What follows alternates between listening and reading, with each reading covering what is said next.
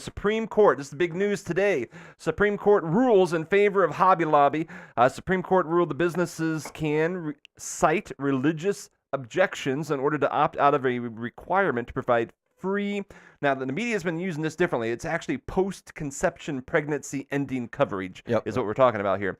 The decision marks the first time the courts ruled that a for-profit business can cite religious views under federal law. People on one side of the issue say it's a great day for religious liberty. People on the other side say it's not their boss's business how they choose to handle birth control. There tends to be no middle ground between people on either side of this issue. Either you believe it's a child or you believe it's an extension of the mother and it's a mother's choice. There's no real gray area there, no middle ground. So here's the question. If you were a business owner and the law said you had to provide post-conception pregnancy termination, it's an abortion, benefits to your employees, what would you do? A, I would comply with the law whether I like it or not. B, I would go bankrupt, to jail, or court before providing such benefits. Or C, I would sell my business and get a new line of work. C. I'm a strong C. I'm faithful in the means. If what I'm doing, if what is being required of me, I cannot be faithful in the means to continue to do so, I simply sell the business. That's where I'm at. I mean, isn't that the guns don't kill people, I kill people argument, though? Like, let's say you're a knife salesman and a guy stabs a guy. You going to quit selling knives now? You No. didn't force him to do that. No, I agree with that. So how is that benefit not the same? Like, it is available to them, but they don't have to use it. Yeah, but these aren't used for filleting fish. They have exactly one purpose. If you choose to use them. Yeah, I mean, it'd be the same as if I sold, I don't know, cyanide pills. There's only one way to use it. I'm producing something that cannot produce a moral good in the world, as far as I'm concerned. And so, yeah, I just have to get it. It's not a big deal. I just have to get out of business. I have to do something else with my life. Like, what am I holding on to if I feel like? Yeah, that but what are you going to go? You're going to go work for a company that offers the same benefit. Now what's the difference? You're just not perpetuating it. That's the only difference. Well, there are other governmental systems out there. Could move to another country where they don't require it. No, that's true. You could leave the country. Yeah, it would eventually diminish the economic Eric, power of the United States. That is your solution for everything. You should just leave whatever country you're in. No, I'm just extending Ben's option. He said I would go to a different venue, and I'm saying I would go to a different venue internationally. I guess I mean, I don't know. I feel like that's the exact same argument. Like, it doesn't matter what business you're in. Someone can take whatever you're doing and use it for nefarious means, and now you have to be out of business. Yeah, I mean, you're contributing. I mean, you're paying Social Security, a corrupt system. You're paying into welfare, also a corrupt system. You know what I'm saying? There's people robbing that system left and right, and you're still staying in business, being part of it. Yeah, but I mean, that would be the same discussion as if you distribute food to the homeless, or give money to the homeless. Some will buy booze with it. Some will buy food with it. That doesn't mean I don't continue to give money, I guess. That's what I'm saying. But in that example, somebody is buying food with it, even though some are buying booze with it. In the example of what we're talking about, but there's not a positive benefit. Yeah, but you're buying health care coverage. Some people are having babies with them, legitimately are doing, some are using it to fix broken bones, and some are doing it for a more nefarious reason. I hear what you're saying. That just sounds like the same argument to me.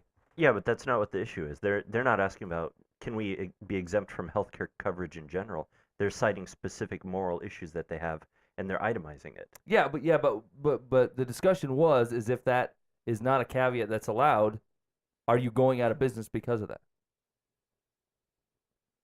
You're asking the responsibility of the perpetrator. So what? So basically, Mike, what you're saying is that if I don't have the choice to line item it, okay, I either have to provide it or not provide it. There are other things that you provide that people will use for nefarious means. And so, aren't you just as culpable in that? Why are you making such a distinction here? Yes. Yes. That's my question. I feel like if you went down the line and put that much thought into everything and every person you run into in life, you literally couldn't move.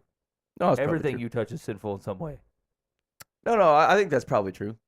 I would just like personally, it's enough. It's enough for me. I feel like I would have trouble considering that being faithful in the means, and I would just bow out. Because like, what about my role as a Christ follower says that I run a business?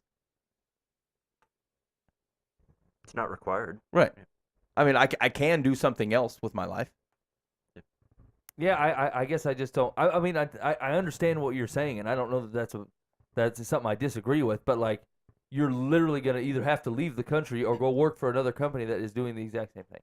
And so you took the opportunity that per se, to run a business and affect employees and run a business in a way that honors God, and then you gave all that up to go work for another guy that's just going to provide it either way. Yeah. So the question is, there's a distinction between me as the provider or me as part of a system where someone else is providing. Right. Right. That's the question. I think there's a responsibility that you as the provider have. Unfortunately, this is one that you don't really have a choice as the provider. The government kind of took that away from you. Yeah, that's what I'm saying. So, I'd fight it all the way. would you fight it B route or C route? I'd go B. B, you'd go bankrupt. I'd go to yeah. whatever. Give me the fees, give me the fines, whatever. It's on you. I'm gonna stand up for Okay. protection of the children. Boova.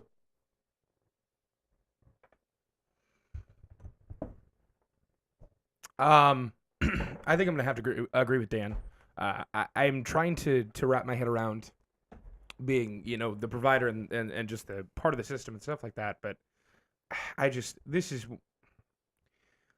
don't think that I'd be able to just accept it. So I think that I would fight it, and I wouldn't probably just leave the business. I would probably just go on trying to figure out how to not have to do that. Are you fighting it now? What do you mean? You're not a business owner. No, I'm not. The broad principle that Dan is defending exists today. Like, Dan's not like, what you're not saying is you're when you're saying protect the children, you're not arguing about the mandate. What you're arguing about the broad principle that the mandate otherwise supports. I'm saying if the government tells me I have to pay for someone to kill their child, I won't do it.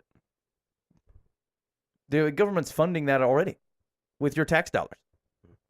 But they're saying they want me to fund it. You are funding it. You're paying tax dollars. No, I'm talking about directly through insurance. That's a weird a distinction. benefit. So I don't know. I feel like my point is just being proven on its own. I don't have to do anything. I just gotta sit back and wait for I it guess to what happen. wondering is like that, like what you guys are saying seems a little bit like I'll wait till it shows up at my doorstep. Like if the underlying principle is a problem, you should be fighting that anyway.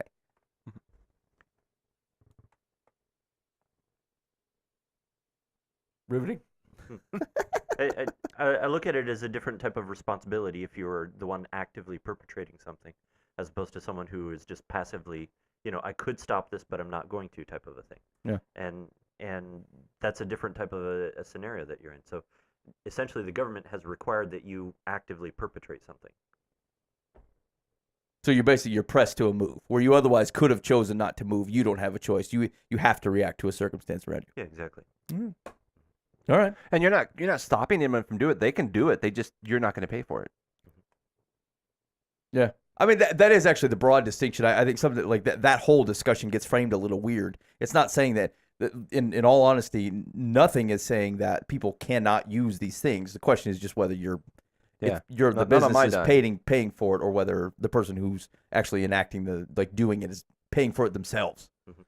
So that's actually really the distinction. It's not you're not answering an abortion question. You're not answering a women's rights question. All you're asking is who's footing the bill for those things.